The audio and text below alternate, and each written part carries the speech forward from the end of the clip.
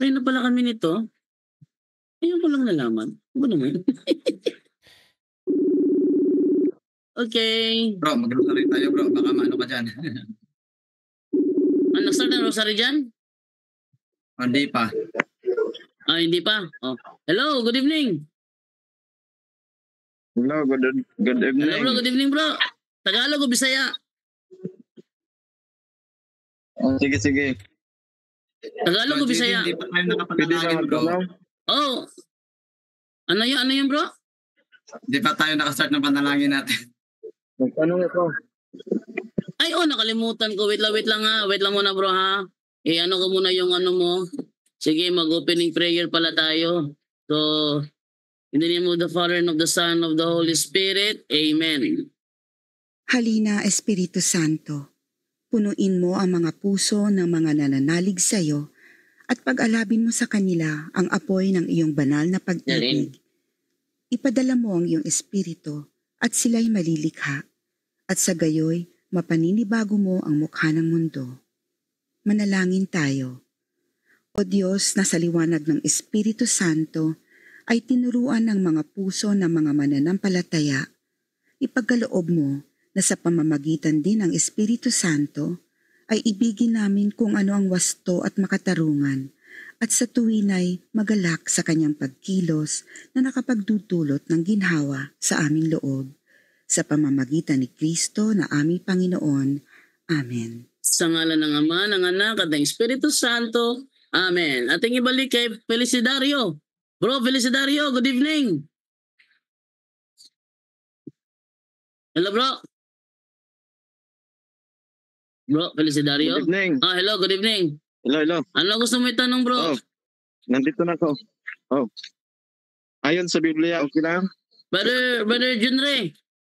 Junre. Yes, hindi mo lang kami pinag-greetings. Kaya nga, tinatawag kita para mag-greeting ka muna. Ikaw mauna, bro. Lusot ka pa eh. Kaling palusot. Sige. Greet ka muna, bro. Masyadong excited si Marjando, mga kapatid, no? Na halos makalimutan. Kasi magmamadali kami doon. May ano pa ngayon, rosary pa ngayon eh. halos makalimutan na yung prayer. Tapos kinalimutan talaga kami. Oy, iiwan ko sa iyo ito, no? Iiwan ko sa iyo ito. Shoutout ko sa lahat ng mga kabag at mga straight to the point, no? So ngayon ay Monday night talaga yan together with our separated brethren, no? Na medyo may kalituan sa ating pananampalataya, kaya andito kami ni Brother Jando para bigyan ng tugon o pansin ng kanilang mga katanungan. Pero as of the moment, magro-rosary pa sa Brother Jando, kaya may iwan muna ako. So ibalik ko muna kay Brother Jando. Back to you, Brother Jando. Brother Eljan, ikaw naman, Brother Eljan? Ayun, isang mapagpalang umaga, tanghali, gabi mga kapatid. At hindi natin patatagalin ito. Buksan na puso't isipan para marami tayong matutunan. Rosary time na, Brother Jando. Tara na, bye-bye. Balik kami mamaya. Sige, Brother Junre, ikaw mag-entertain dito, Brother Junre. Basta kami, mga Katoliko, hindi kami Bible alone. Kung ang tanong, ang sagot nasa Bible, ang aming isasagot, Bible.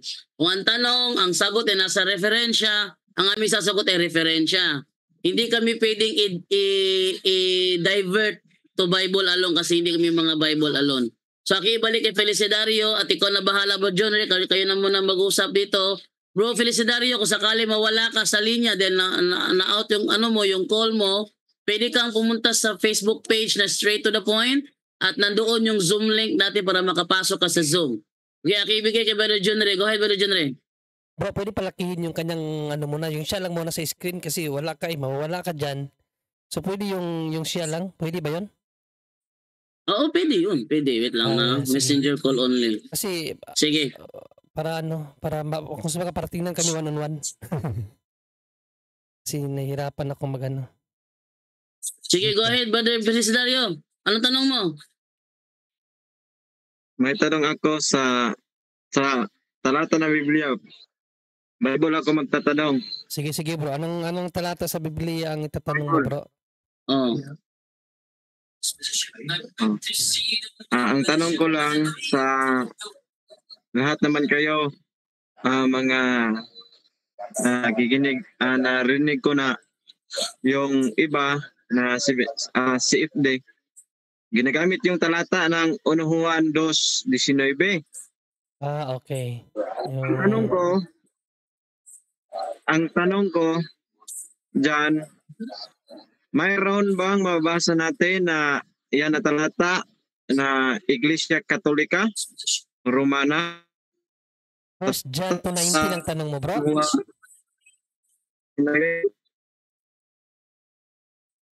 First John 2:19 ang tanong mo, bro? Bro, hanap ka ng medyo magandang magandang signal kasi nagputol-putol yung boses mo. Bro? Hanap ka ng magandang signal para kang robot. Nawala yung signal. Oh, yan, nawala nga. Sige, ano yung tanong mo, bro? Sa anong talata yung tanong mo? Sa 1 Juan 2:19, Basahin muna natin ha. Pagkatapos nating basahin. gamit sa mga Roman. Pagkatapos nating basahin, bro, saka ka magtanong, basahin muna natin ha. Basahin muna natin yung talata. Sige, Okay, so ito yung talata sa 1 John 2:19. Kahit na sila'y mga dati nating kasamahan, ang mga taong iyon ay hindi natin tunay na kasama. Sapagkat kung sila'y tunay na atin, manatili sana silang kasama natin. Ngunit umalis sana silang kasama natin. Nanatili sana silang kasama natin, ngunit umalis sila upang maging maliwanag na silang lahat ay hindi tunay na kasama natin. So ano yung pinakatanong mo dito sa talatang ito, bro?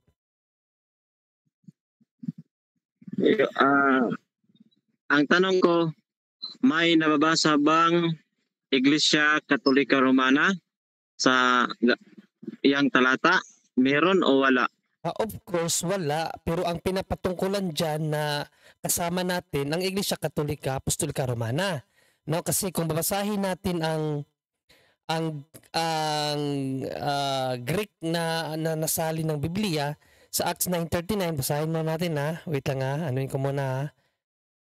Acts 9:39 sa Greek kapatid na interlinear ang ating mababasa Ecclesia Katoles, no? Ipakita ko lang ha. Wait lang. Ayan, no?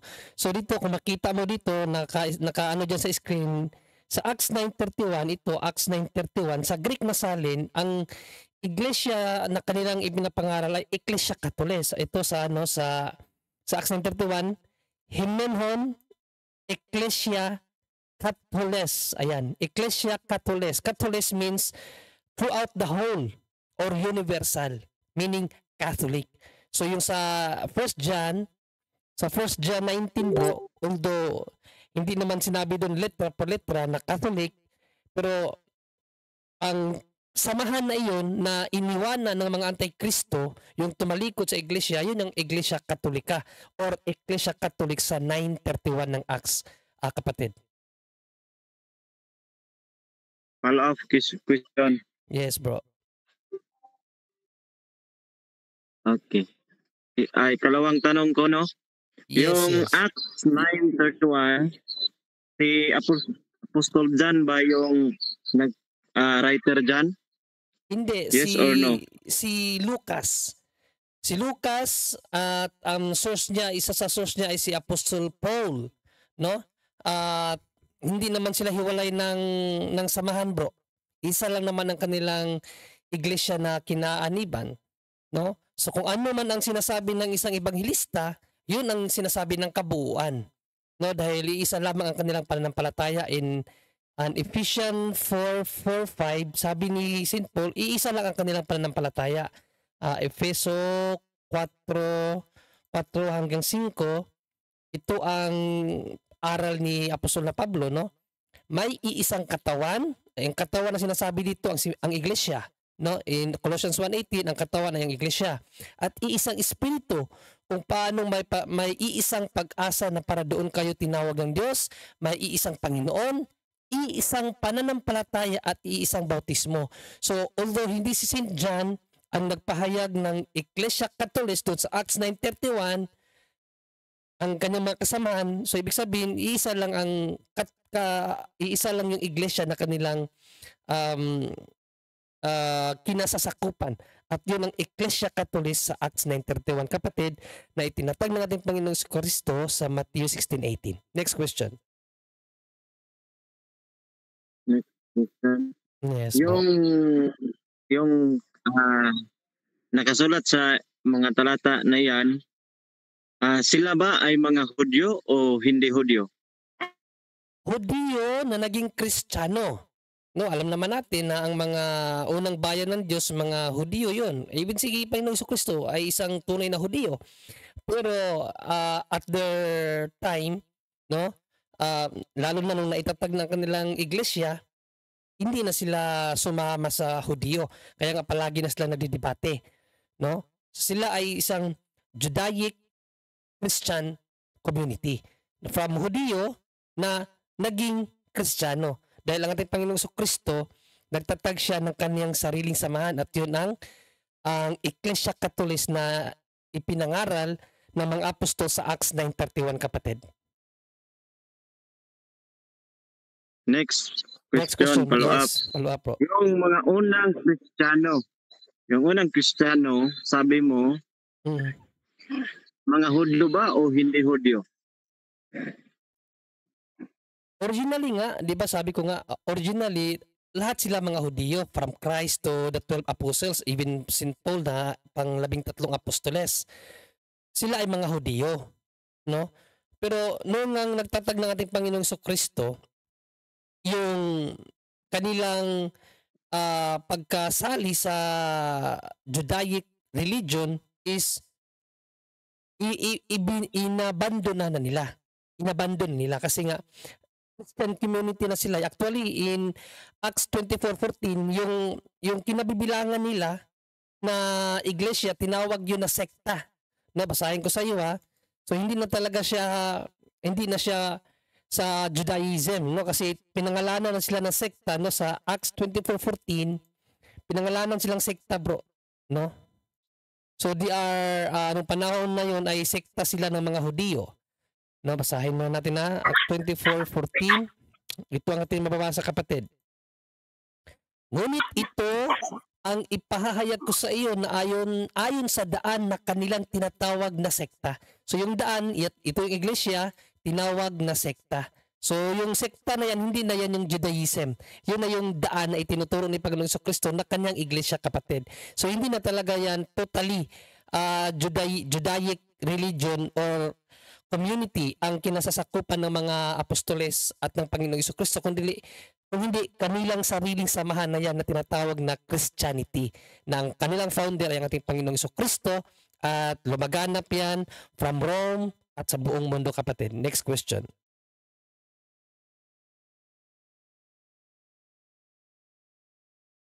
Yung sinulat ni John ng 1 Juan 2:19, yung mabasa po natin sa John 4:22. Saan man nanggaling yung kaligtasan natin? Sa Hudyo o hindi Hudyo? No, hindi sa Hudyo nanggaling ang kaligtasan, sa Panginoong Kristo. No, sa Gawa 4:12, walang ibang pangalan na nakapagligtas, ang ating Panginoong Kristo lang. Acts 4:12, kapatid, ito ang ating mababasa.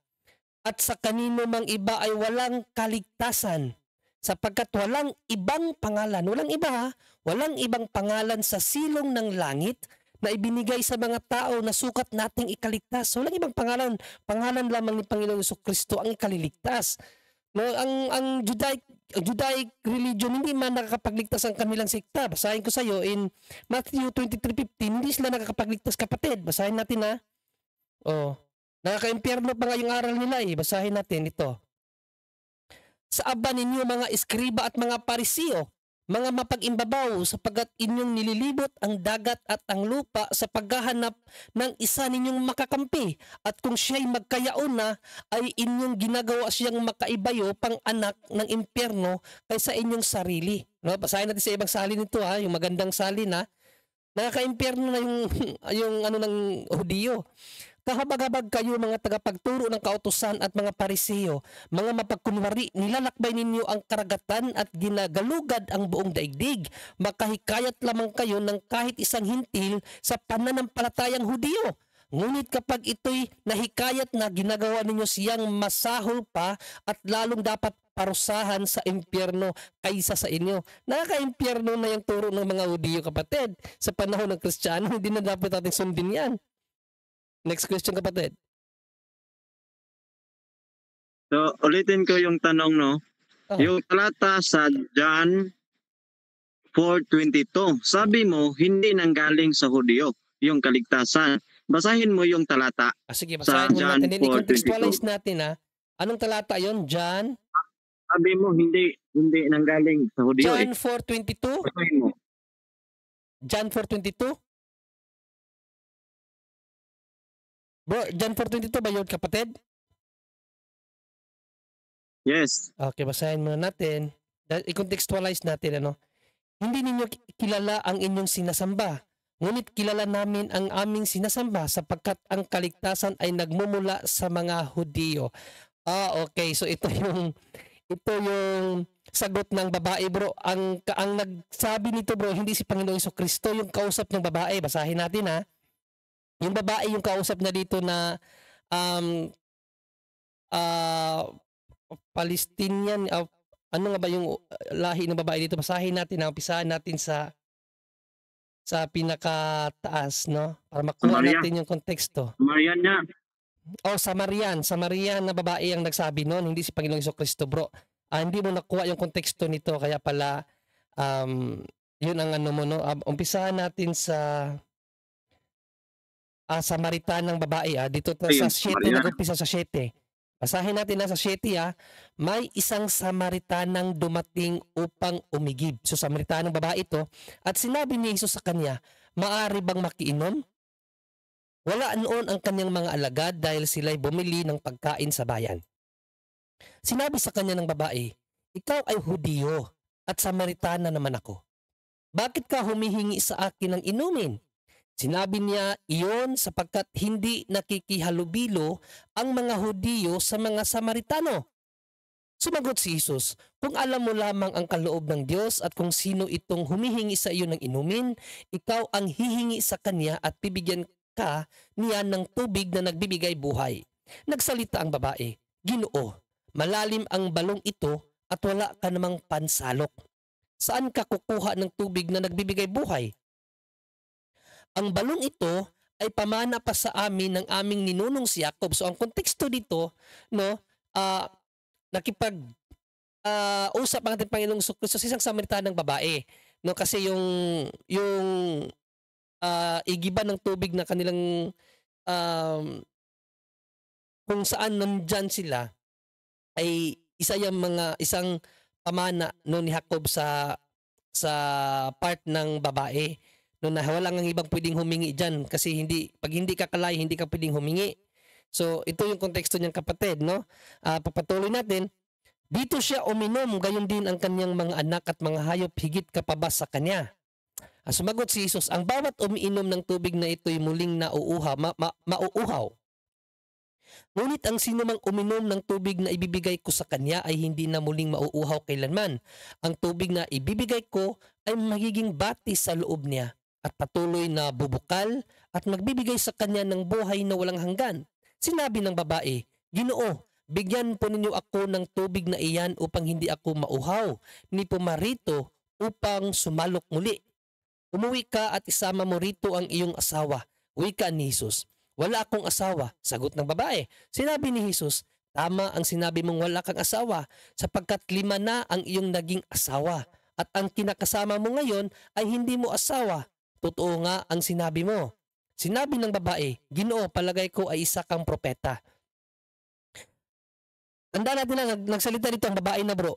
Dito sa bundok na ito, sumamba sa Diyos ang aming mga ninuno. No? Ngunit sinasabi ninyong mga Hudiyo na sa Jerusalem lang dapat sambahin ang Diyos. So dito, liwanag sa kanya ng babae yung differences nilang dalawa pagdating sa pagsamba, no?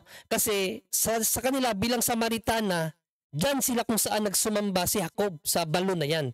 Gayong ang mga Hudyo sumasamba doon sa templo. So ito yung konteksto nun. No? So sa 21, sinabi naman ni Jesus, maniwala ka sa akin.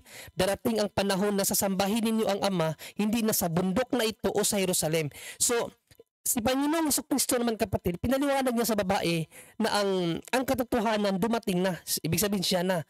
Siya ang magtuturo kung sa paanong paraan sambahin ang Ama at ang Diyos. No? Siya ang magtuturo, hindi na sa bundok na ito o sa Jerusalem. So tinuro na ni Panginoong Jesucristo dyan kung saan at paano sasambahin ang tunay na Diyos. Then sa 4:22, ang babae nagsalita dito, hindi ninyo kilala ang inyong sinasamba. Ngunit kilala namin ang aming sinasamba sapagkat ang kaligtasan ay nagmumula sa mga Hudyo.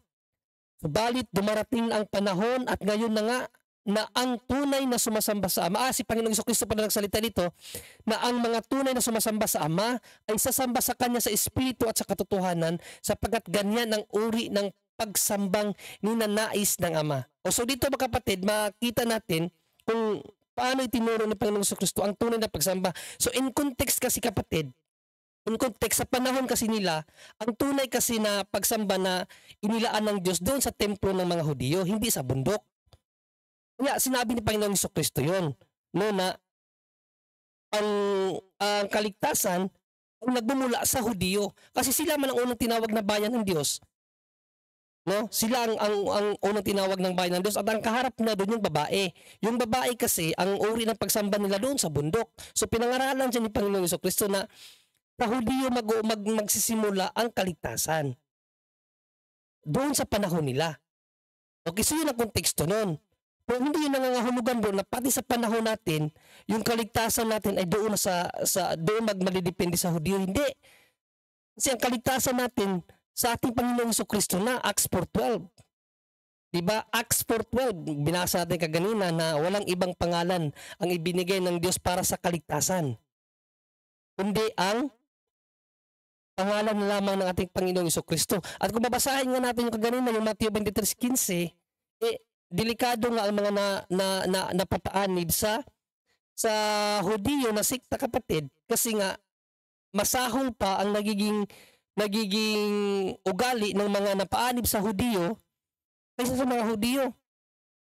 Di ba sabi pa nga doon mas karapat-dapat pa sila na parusahan sa impyerno kasi nagiging ganun ka masahol ang mga nahikayat na maging Hudyo kapatid. Actually, kung babasahin natin na maigi ang Bible kapatid, ang batas ni Moises ay hindi na siya nakakapagligtas sa atin.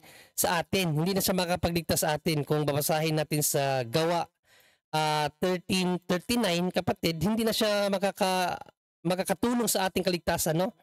Umpisahan natin sa 38, no? Sa 38 natin basahin at 39, no? So ito ang sinabi ni Apostol na Pablo. Kaya maging hayag nawa sa inyo mga kapatid na sa pamamagitan ng taong ito'y binabalita sa inyo ang kapatawaran ng mga kasalanan at sa pamamagitan niya ang bawat pananampalataya ay inaaring ganap sa lahat ng mga bagay na sa mga ito hindi kayo aariing ganap sa pamamagitan ng kautusan ni Moises. Kaya sa Christian era bro, wala nang silbi yung mga batas ni Moises maliban doon sa Ten Commandments kasi batas ng Diyos yun yung Ten Commandments. Pero yung batas ni Moises na ibinigay para sa mga Israelita para kanilang sundin, hindi na aplikado sa atin yun bro. Kaya nga yung sinabi mo na doon pa rin nagsisimula sa Hudyo sa Jerusalem o sa mga Hudyo ang kaligtasan, hindi na sa panahon lang nila yon. Ang konteksto ng pinabasa mo kanina, kaharap niya kasi doon sa Samaritanang babae. So, tinuruan lang siya ni Panginoong Jesucristo na yung uri ng pagsamba ay hindi doon sa bundok. Kasi yung mga Samaritana doon sila sumasamba sa bundok kung saan si Jacob ay uminom ng tubig. So, pinangaralan siya ni Panginoong Jesucristo na alam ba ninyo na sa mga Hudyo nag-uumpisa ang kaligtasan. Kasi ang context sa Old Testament kasi ang Hudyo man talaga ang tinawag ng Diyos na magiging bayan niya. Hindi man ang mga Samaritana. Kaya doon talaga ang kaligtasan sa mga Hudyo. Pero sa Christian era bro, lalong-lalo sa panahon natin, sa pangalan na natin Panginoong Jesucristo bro, hindi na sa batas ng mga Hudyo o sa pamamaraanan ng mga Hudyo kapatid. Next question bro.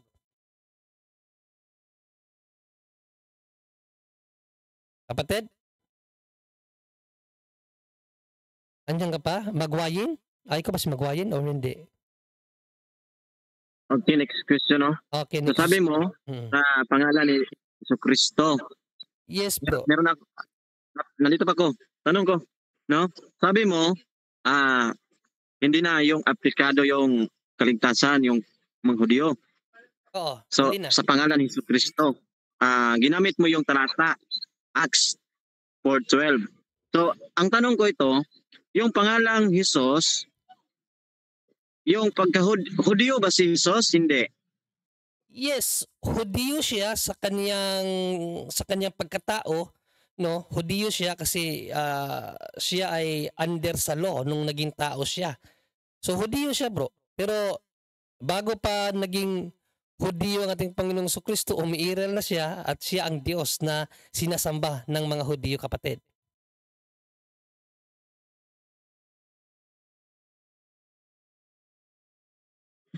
Okay.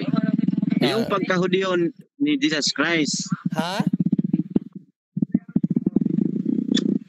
Ano yung tanong mo, bro? yung pagka-Hudyo ni Jesus Christ, Andrea, kining saba. Mm. Yung pagka-Hudyo ni Jesus Christ, yung siya ang kaligtasan natin. Tanong ko, yung Romans 3:29, Oh. ang kaligtasan ba ay para lang sa Hudyo, No. ang Diyos, o hindi Hindi. kasali yung Hudyo? No, hindi kasi ang kaligtasan ay para sa lahat na, no? In 1 Timothy 2 ang 2:4, ang kalooban ng Diyos ang mailigtas ang lahat. Lahat, hindi lang mga Hudiyo or Griego, no? Actually sa Galatia 3:27 to 29, wala ng Griego, wala ng Hudiyo, wala ng Hintil. No, kasi tayo ay iisa na sa ating Panginoong Jesucristo. So, ang kaligtasan na sa iglesia na itinatag natin Panginoong Jesucristo. So sa unang Timoteo 2:4, ito ang kalooban ng Diyos na siyang may ibig na ang lahat kapatid, lahat ng mga tao'y mga ligtas at mga kaalam ng katotohanan. So hindi sa Hudiyo lang or sa or Kristiyano lang ang may kaligtasan, kundi ang lahat ng tao, ang ibig ng Diyos, lahat ng tao ay mailigtas, kapatid. So sa totoo, yung kaligtasan nang galing una sa Hudyo at kasali din tayo. Yes or no? Yes, no? In Galatia 3:27, wala nang tawag dito. Kung sa baga, wala nang pinapaboran ng Diyos. Sa lahat ng gustong mailigtas, ililigtas ng Diyos. Kasi ang kamatayan ni Panginoong Jesucristo para man yun sa lahat. Pero mayroong proseso ka dapat na sundin, no? Kinakailangan ka mapasok sa kanyang kaharian o sa kanyang iglesia. Sa Galatia 3:27 hanggang 28, kapatid, ito ang pahayag ng apostol na Pablo. Sapagkat ang lahat na sa inyo ay binautismuhan kay Kristo at ibinihi si Kristo. Walang magiging Hudiyo o Griego man, o magiging alipin o malaya man, walang magiging lalaki o babae man, sapagkat kayong lahat ay iisa kay Kristo Jesus. At kung kayo'y kay Kristo, kayo nga'y binhi ni Abraham at mga tagapagmana ayon sa pangako. So, kapag kaisa na tayo ni Panginoong Jesucristo, kapatid, wala nang discrimination na ikaw ay Hudiyo, ikaw ay Griego, ikaw ay Hintil. Wala nang ganun. Sa batas ni Kristo, kapag tayo ay kaisa na sa kanyang iglesia, tayo ay magkakapatid na sa ating Panginoong Jesucristo, kapatid. So wala nang diskriminasyon kung Hudiyo ka ba o Griego. Wala nang ganun sa Christian era, kapatid. Hindi katulad dati, kapag Hudiyo ka lang, di ba? Kapag Samaritana ka lang. Yun nga nangyari doon sa John 4:22 na sinabi ng babae kay Panginoong Jesucristo, kayo sa Jerusalem kayo sumasamba, kami dito kami sumasamba sa bundok. Kaya sinabihan siya ni Panginoong Jesucristo na darating ang araw na malalaman nyo kung paano ang tunay na pagsamba sa Ama. Hindi sa Jerusalem o sa bundok na ito. Ibig sabihin, sa tunay na pagsamba na ituturo natin Panginoong Jesucristo, kapatid. So sa Christian era, bro, wala ng Griego, wala ng Hudiyo. lahat tayo ay dapat kaisa na sa iglesia na itinatag na ating Panginoong Jesucristo, kapatid. So, next na tanong. Yes.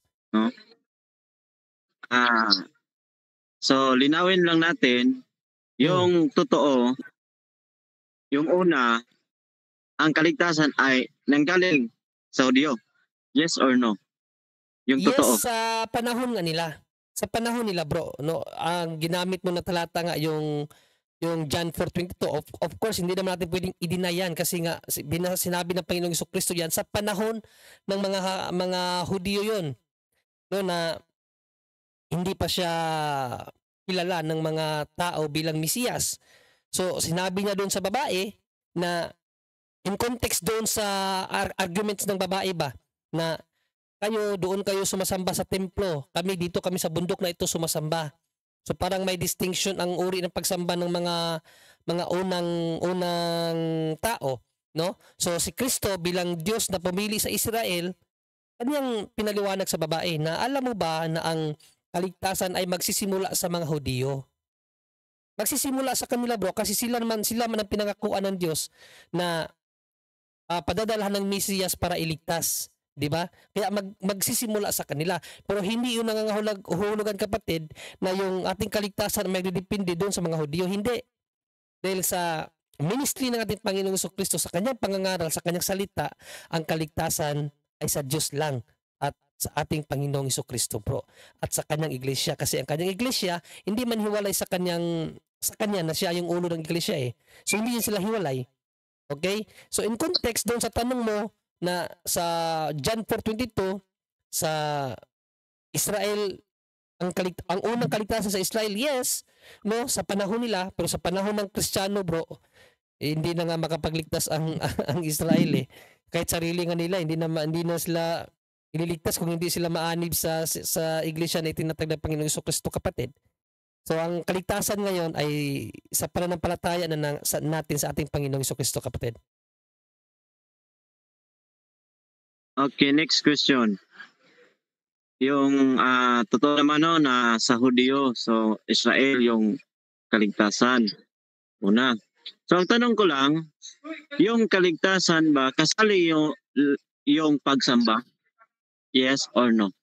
Yung kaligtasan ba kasali ang pagsamba? Oh, of course, kasi yes, of course, kasi ang batas talaga ng Diyos, isambahin mo siya actually sa araw ng pangingilin yan sa Old Testament, di ba?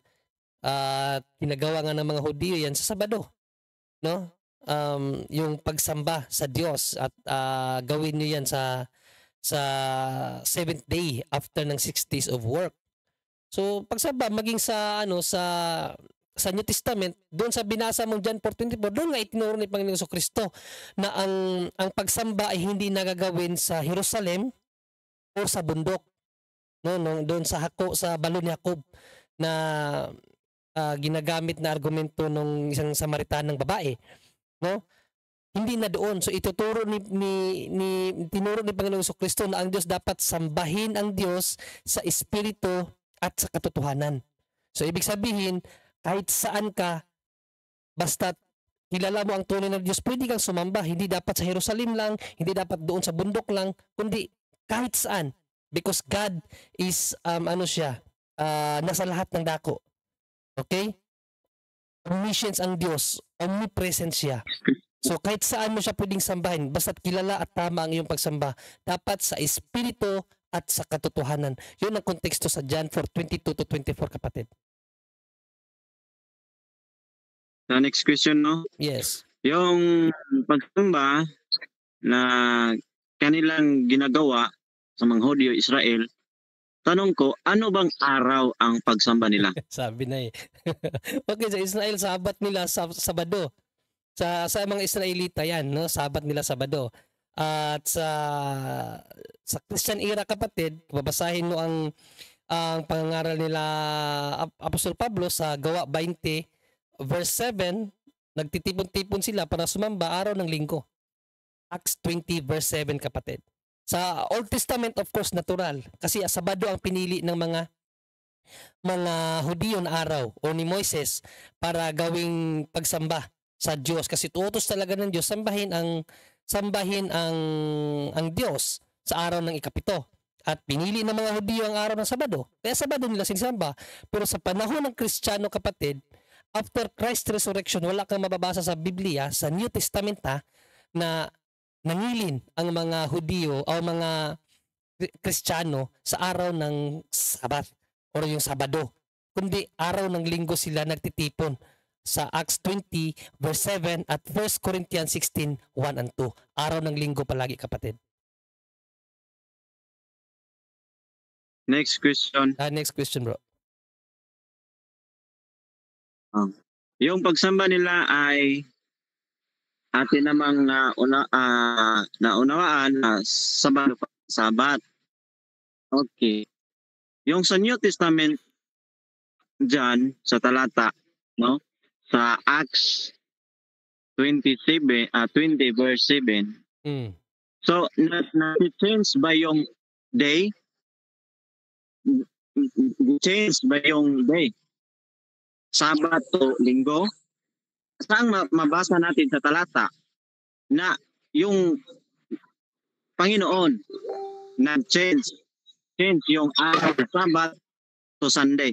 May talata ba tayo mabasa? Mali yung tanong niya. Ang tawag sa tanong na yan, fallacy of equivalence. Mali yan. False equivalence, fallacy of false equivalence, mali yan. Kasi ang nasa Acts 20 verse 7, nawala siya. Bigla siya nawala. Nawala, nung pumasa ka, bro. Ang layo ng inabot ng tanong niya sa akin, doon lang pala siya sa inano pa niya ako dinaan niya ako sa dinaan niya ako sa kamang ba? Ano ba yung kamang sa Tagalog? Dinaan niya ako sa ginapang niya yung ginapang ka. Unang tanong niya doon sa 1 John 2:9. Ako 2:19. Ako sagot lang ako ng sagot. Ang tanong niya una kung anong relihiyon ang sinasabi diyan ni Apostol na Pablo na yung mga humiwalay ba, naging antikristo. Sabi ko, wala na kung Katoliko daw ba ang sinabi doon na iglesia. Sabi ko wala namang sinabi diyan na Katoliko. Pero kung titingnan mo yung konteksto ng Biblia, lalong-lalo na sa Greek text, sa Acts 9:31, Iglesia Katolis ang kanilang ipinapangaral na simbahan. Ibig sabihin Katoliko ang iglesia na inaalisan ng mga nasa 1 John 2:19. Hanggang dumating siya sa punto rin dyan doon na sa John 4:22, sangayon ka ba na ang mga sa Hudiyo manggagaling ang kaligtasan? So binasa natin, sinabi doon na kausap ni Panginoong Jesucristo yung Samaritanang babae na ang kaligtasan ay magsimula sa mga Hudiyo. Ay pinaliwanag ko sa kanya. Ang konteksto kasi niyan, nakik-argue kasi yung babae, no, kasi humihingi ang Panginoong Jesucristo doon ng tubig Sabi ng babae, hindi ka naman Samaritana, Hudiyo ka. Magkaiba yung pananampalataya natin. Ikaw sumasamba ka doon sa Jerusalem. Ako naman sumasamba ako dito sa bundok na ito kung saan uminom si ninuno naming Jacob sa tubig na ito. Kaya sabi ko sa kanya na in context kasi doon, nakala ko pa nga yung nagsabi ng babae. So nung binasa ko si Panginoong Jesucristo ang nagsabi doon na dito sa Hudiyo magsisimula ang kaligtasan. Kaya sinabi ko sa kanya na sinabi ni Panginoong Jesucristo yan kasi noong unang panahon, ang Jerusalem man talaga ang pinili na Diyos na bayan. Kaya doon talaga mag-umpisa ang kaligtasan kasi sila ang pinangakuan ng Mesiya na magliligtas sa kanila. Kaya yun ang context noon. Pero hindi yun nangangahulugan sa panahon natin ngayon, ang ating kaligtasan na ay magdidepende na sa mga Hudyo. Hindi. Kasi sabi nga sa Mateo 23:15, yung mga napaanib sa katuroang Hudyo, mamaimpyerno nga Mateo 23:15. So hindi na magdidepende ang ating kaligtasan sa mga Hudyo, kundi sa ating Panginoong Jesucristo na. Acts 4:12, di ba? Walang ibang pangalan na ibinigay ng Diyos para sa ikaliligtas, kundi ang pangalan lamang ni Jesus. Pangalan lamang ni Jesus, Acts 4:12, hindi na sa mga Hudyo. Na-sense ko parang ang ano na ito is parang patungo na ito sa Sabat. So hinayaan ko lang siya magtanong. Then dumating siya sa pero aminado ka na sa John 4:22 ang kaligtasan magsisimula sa Hudiyo. Sabi ko, oo nga, sa kanilang panahon. Sa kanilang panahon, sa ating panahon, hindi na. Sa pangalan ng aming Panginoon Hesus Kristo.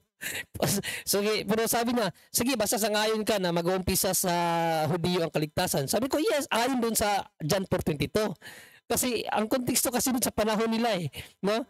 So, sige, sangayon ako. Sabi niya, okay, sangayon ka, yun bang kaligtasan, kinakailangan may pagsamba? Sabi ko, aba, parang patawa sa sabat. Sabi ko naman, syempre, kasi yun naman talaga ang nais ng Diyos, nasambahin ko sa araw ng Sabat. At sabi niya, doon na, ang sunod yung tanong, anong araw sinasamba ng mga Hudiyo ang Diyos? Ayun na na. Wala na oras. Sino man to? Huwag ka mag-alala magwayin hanggang alas 11 to. Nandito ba sila Brian pala? At saka natanong ko kasi si naging Leo siya. Marbalas. Akala ko doon naging yun. Hindi, SDA yan. pala yun. Hindi ko kasi kilala yun eh. Sagot lang ako ng sagot. Oh. Diba, tinatrap pala niya ako. Akala niya matatrap niya ako. Okay, ito tayo ngayon na sa mga nagtatanong kung paano daw makapasok sa ating Zoom. Buksan nyo lang yung Facebook nyo. Halimbawa ito Tapos i-search nyo yung straight to the point. Straight to the point. Pag open yan, ito yung mukha ko, yung ano nyo. Kasi yan yung profile. Pagkatapos nyo dyan, magbuksan nyo yung straight to the point na page na yan. Scroll down lang kayo, nandyan yung Zoom link. Ito, ayan o. Ayan yung Zoom link. Okay? Sa mga nagtatanong kung paano daw makapasok sa live ng punto por punto.